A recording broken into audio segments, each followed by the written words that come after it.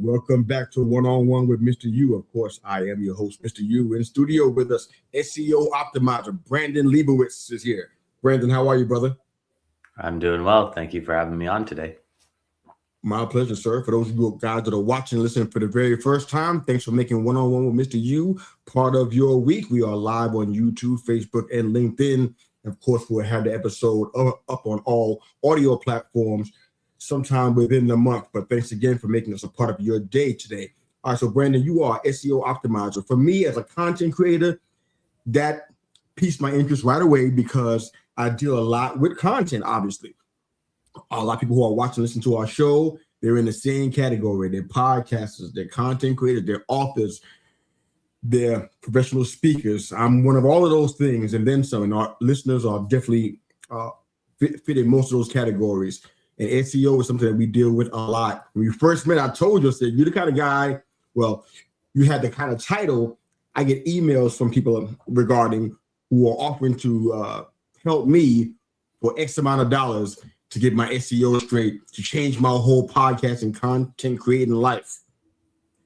For me, and for those that are watching and listening, tell us exactly what you're doing and how you got into it, Brandon. Go ahead.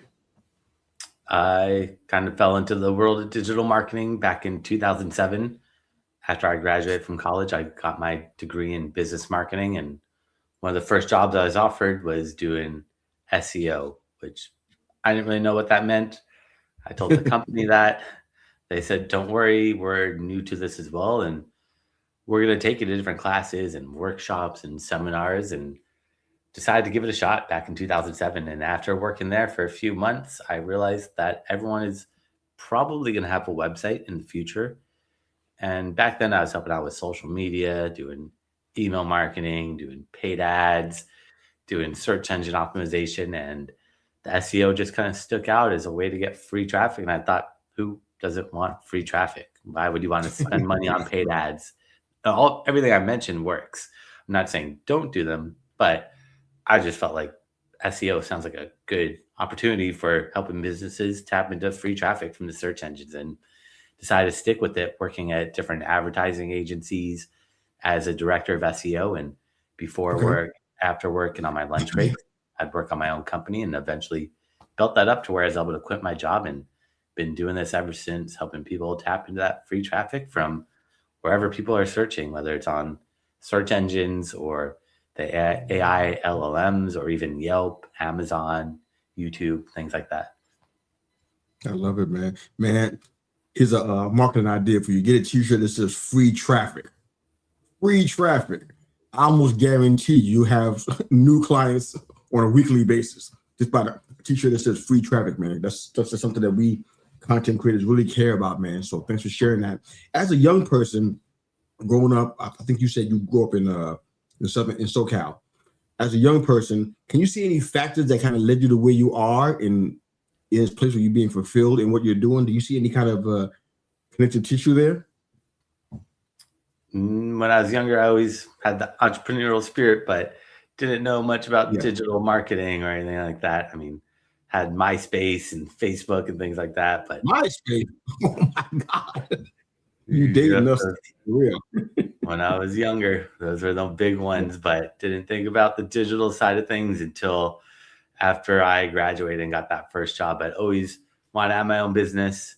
So and when I was in high school, made like a clothing company for skateboarding. And so let that kind of go after I went to college. I should have focused on that, but I focused on school instead of the company, which I should have balanced both out, but went to school. And then after I graduated from college, got that degree in marketing. And that first job I got doing SEO, one of the conferences I went to that the company took me to, all these people spoke and said, like, I have 10 different websites, and I do drop shipping, and I do all these other things. And it was back in 2007. So I was like, all right, this digital marketing thing might be able to help me tap into that entrepreneurial side of things and help me have my own business. And I realized I could work at this company that was selling a really niche product. They were selling 3D lenticular products, which not much competition out there for them. They only had a few competitors.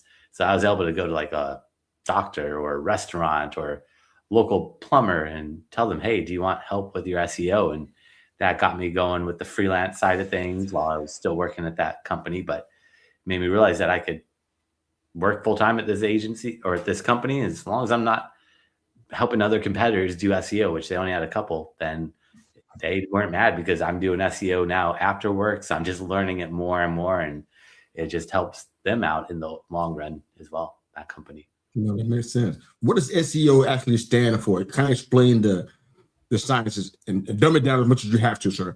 What does SEO actually mean?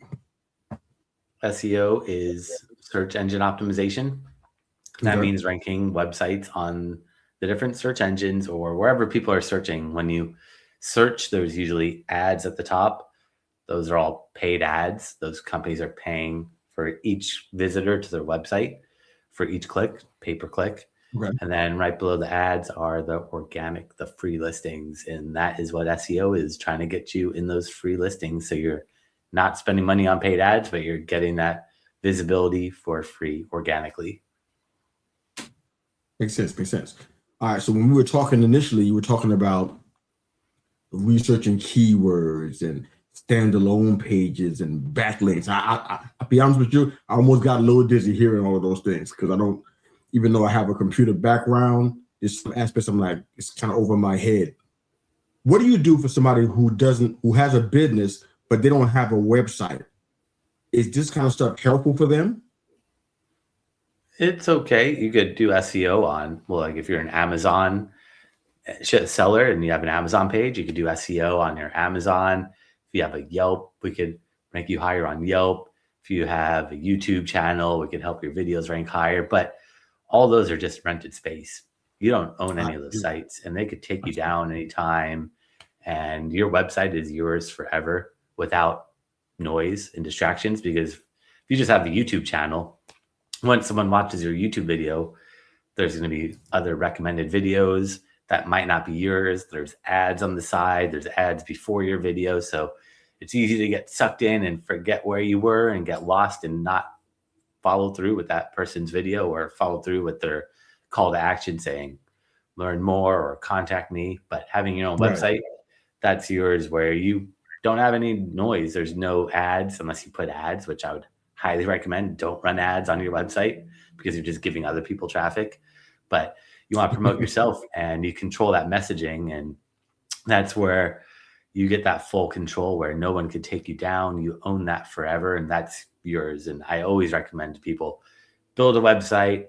You could build a simple website on WordPress or Blogger or any platform, Wix, Shopify, Squarespace, doesn't matter where, but having your own website is yours. And buy a domain name from like GoDaddy or wherever you want to buy a domain name. But having that means you get full control and you're not at the whims of these other companies that can take you down anytime. I've had a social media page on Instagram for skateboarding. It had 300,000 followers and Instagram took it down and never told me why, lost everything. Luckily I had a backup page, but the backup page only had 60,000, which is still big, but compared to over 300,000, that one really hurt. And it's still trying to get that back to this day. That was like 6 years ago, but you don't know what's going to happen. You haven't got it back yet.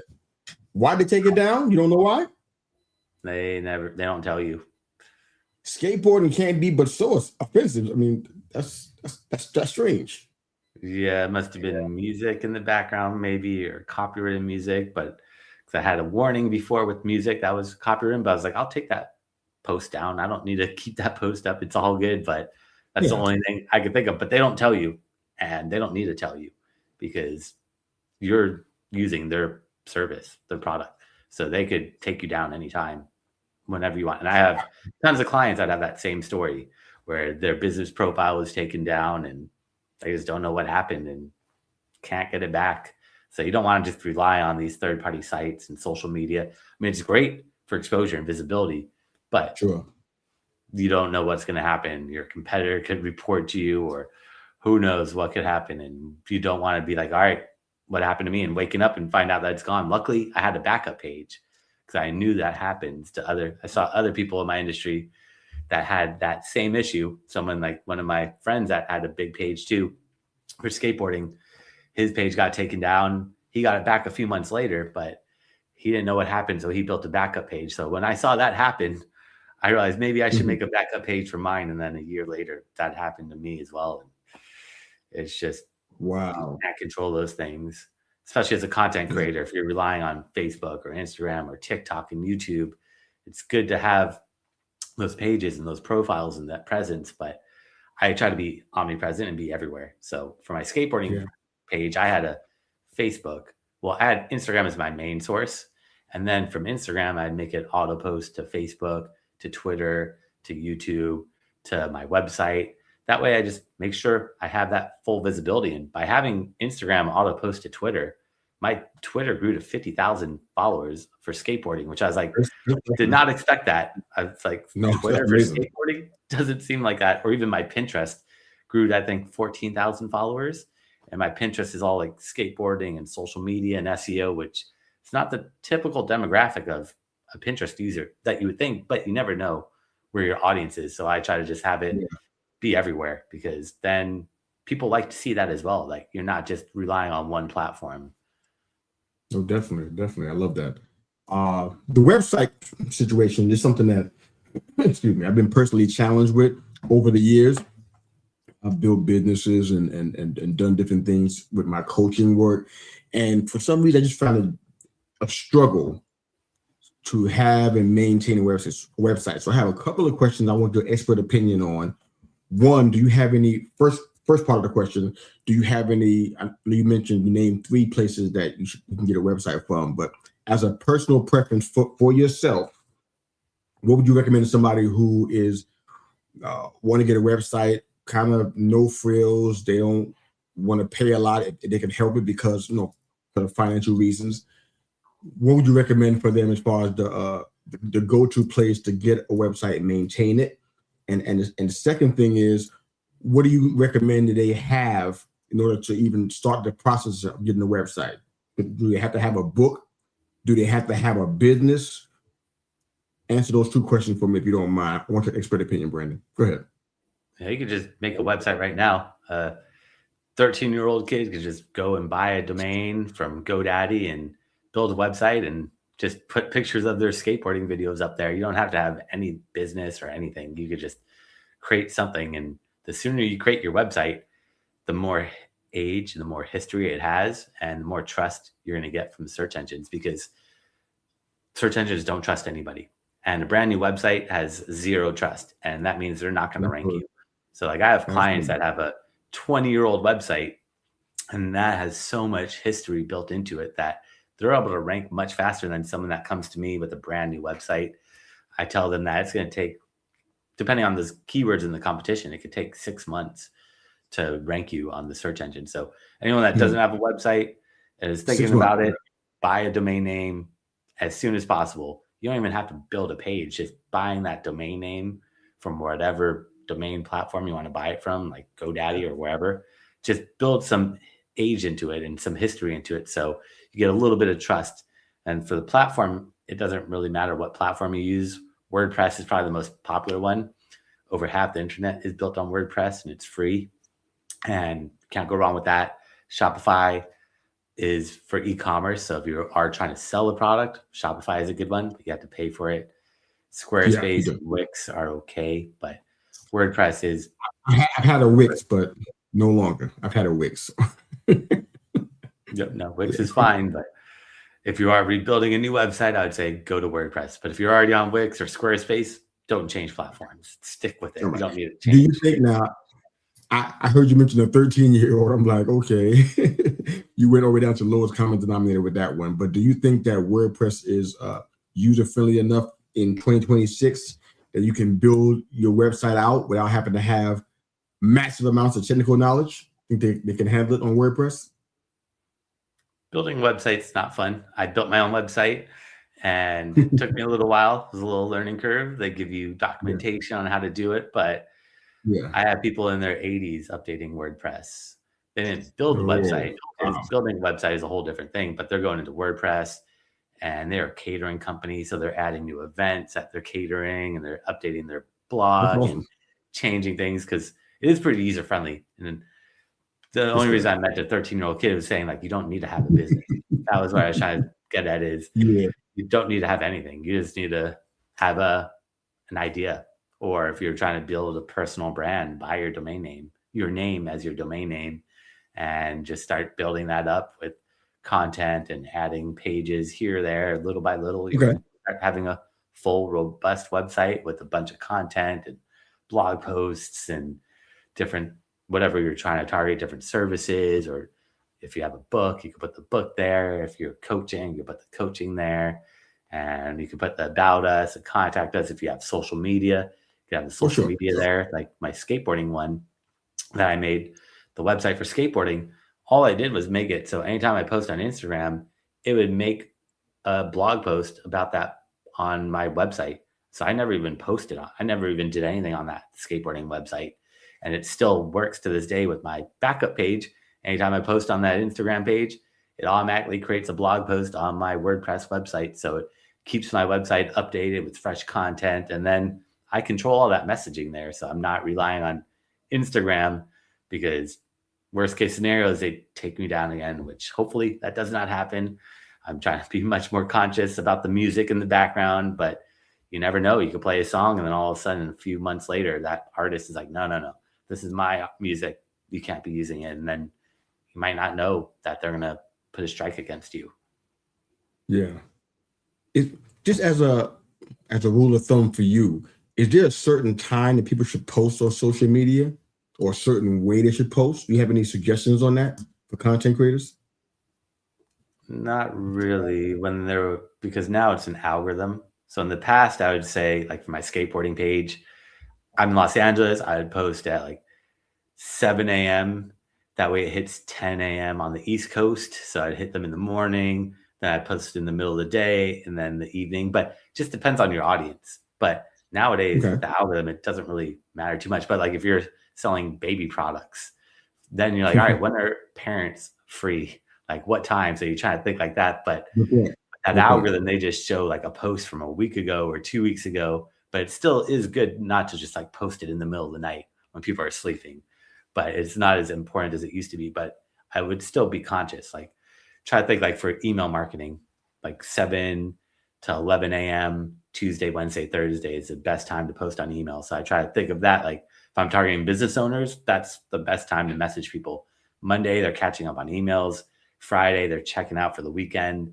But if you're like a nightclub, then you want to do the opposite. You're like, I got to hit them on Thursday, Friday, Saturday. So you just got to think who your audience is and what time are they going to be active. Look at your analytics to see when they're most engaged. And then you can use like scheduling tools to schedule it all out. That way you don't have to post manually like Hootsuite or Buffer. Because I like to automate everything. Like I like to set it and forget it. And I'll schedule out all my posts for social media a month ahead of time. And I just post on one platform and then have it auto post using tools like Zapier that connect everything. So it just posts to everywhere and it just looks like I'm everywhere. Because social media doesn't seem like it takes that much time, but posting once a day on all these platforms takes a lot of time. And a lot of time. It's best to just set it up early and then you just go in and check comments and check DMs and messages and engage with other people. That way you're not having to schedule, come up with content, captions and all that. You're going to have a lot of people probably just going to watch this on live or on replay. They'll have a lot of questions on how to do that. They'll be hitting you up, Brandon, for sure. I got a couple more questions for you, and then we'll let you go ahead and get back to the rest of your day. One thing I want to ask you about, you talked about being an avid skateboarder, and that didn't shock me because you're in SoCal. That kind of made some sense to me. But is there a myth about Southern California that you hear about a lot that you kind of want to dispel live right now on our show? What's the myth about SoCal that you hear all the time, but it's not true? Kind of bust that bubble for our listeners and viewers if you got one. Go ahead. I would say, unfortunately, most of the myths are probably pretty accurate about Hollywood not being the prettiest place. And people the myth is probably that Hollywood is nice and full of movie stars and you get there and it's just a dirty kind of place that nobody wants to go to. Like I don't go to Hollywood. No one goes to Hollywood. It's just scary place to go, especially at night. But you would think the opposite, like Hollywood, the movie stars and everything. And it's unfortunate how downhill it's gone. Even when I was growing up, it was never a place that you want to go. But they got the Walk of Fame, the stars on the Hollywood Boulevard. But once you go there as a tourist, you're like, I am never going here again because this is not what I was expecting. It is a weird place. It's called Hollyweird now, not even Hollywood, we call it. And the cost of living is super high too, if I'm not mistaken, right? In SoCal, especially. Yep, it is a little pricey. That's why if you grew up here, then it's not that bad. But anyone trying to move, it's expensive because there's rent control. So if you've lived here for a long time, you get to pay nothing. But anybody that wants to move in has to make up for you paying nothing because your landlord is like, wait, this person's paying $800 for a 2-bedroom, 2-bathroom spot 4 blocks from the beach. It should be $2,000, but you're paying $800. So anyone moving in, we're going to charge them $4,000 because we got to balance it out. So it's like, I always liked rent control until I realized that it kind of makes prices higher than it should be. Like the only cities with rent control, like New York, LA, and San Francisco, are all the most expensive cities, which you would think it would be the opposite if rent control was helping, but it only helps people that live there. Like one of my roommates or old roommates, he lived in Santa Monica for like 30 years and he paid $800 to live 4 blocks from the beach in a 2-bedroom apartment. Whereas my neighbor was paying $4,800 for the same unit, but it's because they moved in recently and he was there for decades and he's never leaving that spot because you can't beat that $800 to live 4 blocks from the Santa Monica beach. That's some prime real estate right there. Sounds nice. Yeah, I'm from New York, so I get the whole rent control conversation. I totally get that. All right, so final question for you, man. But before we get to that, if you're watching our show right now and you're live with us, how you reach Brandon? Pretty easy. SEO Optimizers with an S on the end, .com/gift. SEOoptimizers.com/gift. And Brandon can tell you how else you can reach him or what you can expect when you hit that link. But before he gets to that part, one final question for you, Brandon, for our listeners and viewers. What's the number one tip you'd give anybody who's a podcaster, author, content creator, speaker, etc., trying to use the internet to their advantage? What's your number one tip for them? And then let folks know how they can find your work outside of that link. Go ahead, Brandon. I would say consistency is number one, and being persistent and not just thinking, all right, I'm going to make a podcast and I'm going to get all these downloads, or I'm going to write a book and I'm going to become get all these speaking engagements. You got to build all that stuff out and be patient with it. And if you keep working at it little by little, you're going to see that growth. And some people go viral and just explode, but most people need to slowly build that up. So don't get discouraged if you're not seeing that immediate traction, and just keep sticking at it and keep working at it, tweaking your content, your messaging, and you're going to see over time, you're going to start growing and getting to that level that you want to be at. But persistence is number one. Don't get discouraged because we're in it for the long run. We're not here for the short run. I mean, some people, we all want that instant gratification, but that's not how it usually works. So don't get discouraged. I've been doing my stuff for years, and the skateboarding one, it took a couple of years to get that traction. Mine, I got in early, so I was able to get in back in like 2016. Okay. So it wasn't as much competition, but even now it's hyper competitive on social media, but you can still break through, and just finding that unique angle or niche down also. Like if you're just selling or doing something really generic, that's fine. But if you can find something niche about it that helps differentiate yourself from everybody else, that's going to help you get that growth faster. I love it. Brandon, thanks for jumping on with us, man, and enlightening us about SEO and websites and links. We need all the help we can get, brother. Thanks for being here, man. Thank you for having me on today. My pleasure. If you're watching, listening for the very first time, thanks again for making us part of your week. We're live on YouTube, Facebook, and LinkedIn right now. And of course, we'll get this audio episode up as soon as possible, probably within a month from now. But we just thanks again for your time in doing this and for being here, Brandon, and for sharing some of your time with us and your knowledge, man. Thanks again for doing that. That's Brandon and Mr. U. Have a great day. Thanks again for watching and listening to One-on-One with Mr.